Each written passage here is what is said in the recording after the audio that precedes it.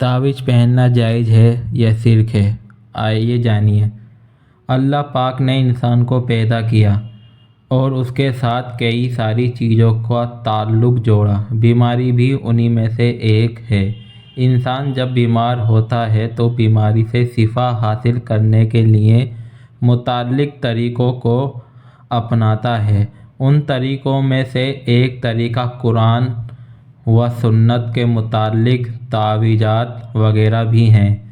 یاد رہے، تعویذ کے بارے میں اہل سنت والجماعت کا عقیدہ اور نظریہ یہ ہے کہ تعویذ نہ تو ضروریات دین کا مسئلہ ہے اور نہ ہی ضروریات اہل سنت والجماعت کا مسئلہ ہے، بلکہ قرآن مقدس کی آیات اور حدیث میں وارد دعاؤں پر مشتمل تعویذ گلے میں ڈالنا جائز و درست عمل ہے۔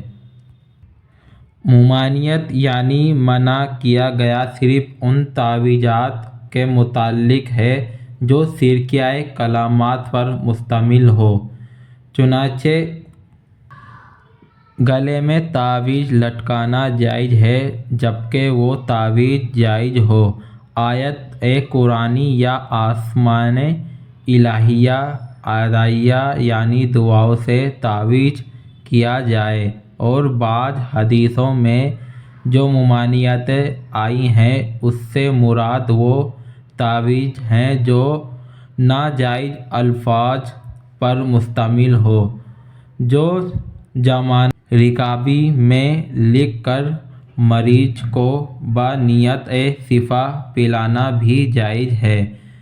جنون یعنی جس پر غسل فرض ہو، اور حائضہ و نفسا یعنی حیض و نفاس والی عورت بھی تعویذات کو گلے میں پہن سکتی ہے، بازو پر باندھ سکتی ہے جبکہ غلاف میں ہو۔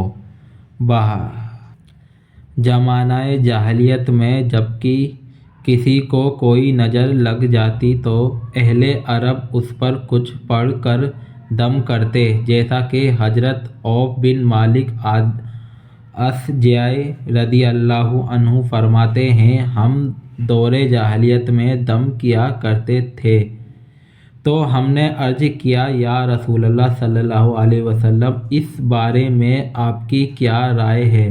ارشاد فرمایا آپ نے، دم مجھے ان میں کوئی حرج نہیں جب تک کہ ان میں شرک نہ ہو۔ صحیح مسلم حدیث نمبر 5732۔ آئیے قرآن و سنت کی روشنی میں اس کی شرعی حیثیت جانتے ہیں۔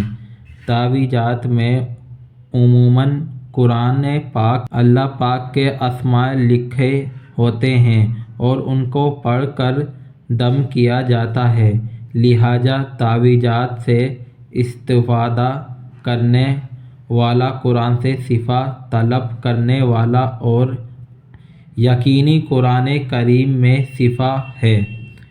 چنانچہ اللہ پاک کا ارشاد ہے، ترجمہ: ہم قرآن میں اتارتے ہیں وہ چیز جو ایمان والوں کے لیے شفا اور رحمت ہے۔ سورہ بنی اسرائیل آیت نمبر 82۔ یہی مضمون حدیث میں بھی موجود ہے۔ چنانچہ حضرت مولا علی رضی اللہ عنہ سے روایت ہے، رسول اللہ صلی اللہ علیہ وسلم نے فرمایا، قرآن بہترین دوا ہے۔ ابن ماجہ صحیح ابن ماجہ حدیث نمبر 3533۔ حضرت عمرو بن شعیب وہ اپنے والد سے اور ان کے والد ان کے رسول اکرم نے ارشاد فرمایا، جب تم میں سے کوئی نیند میں در جائے تو یہ کلمات کہیں۔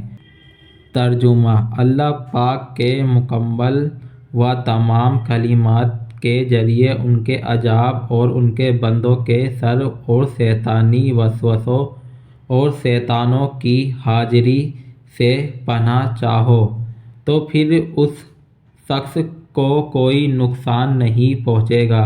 حضرت عبداللہ بن امرو اپنی بالغ اولاد کو یہ کلمات سکھا دیتے اور نابالغ اولاد کے گلے میں اس دعا کو لکھ کر تعویذ کی شکل میں ڈال دیتے۔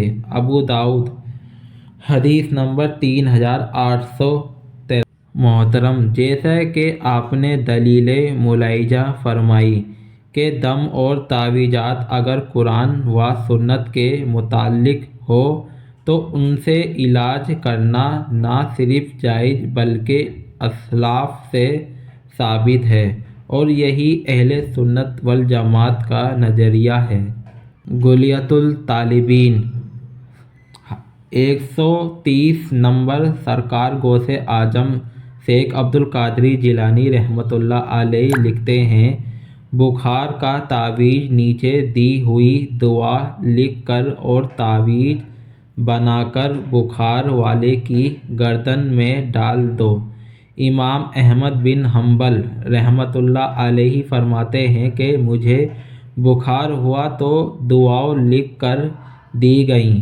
ترجمہ: اللہ کے نام سے جو بڑا مہربان نہایت رحم کرنے والا ہے۔ اللہ کے نام کی برکت سے محمد اللہ کے رسول ہیں۔ اے آگ ابراہیم پر ٹھنڈی اور سلامتی والی ہو جا۔ انہوں نے ابراہیم کے ساتھ تدبیر کی لیکن ہم نے انہیں نقصان اٹھانے والا بنا دیا۔ اے جبرائیل، میکائیل اور اسرافیل، اپنی قدرت کاملہ سے اس صحیفہ تعویذ کو شفا بخش تو اس صاحب تعویذ کو شفا بخش تو ہی سب سے بڑھ کر رحم کرنے والا ہے۔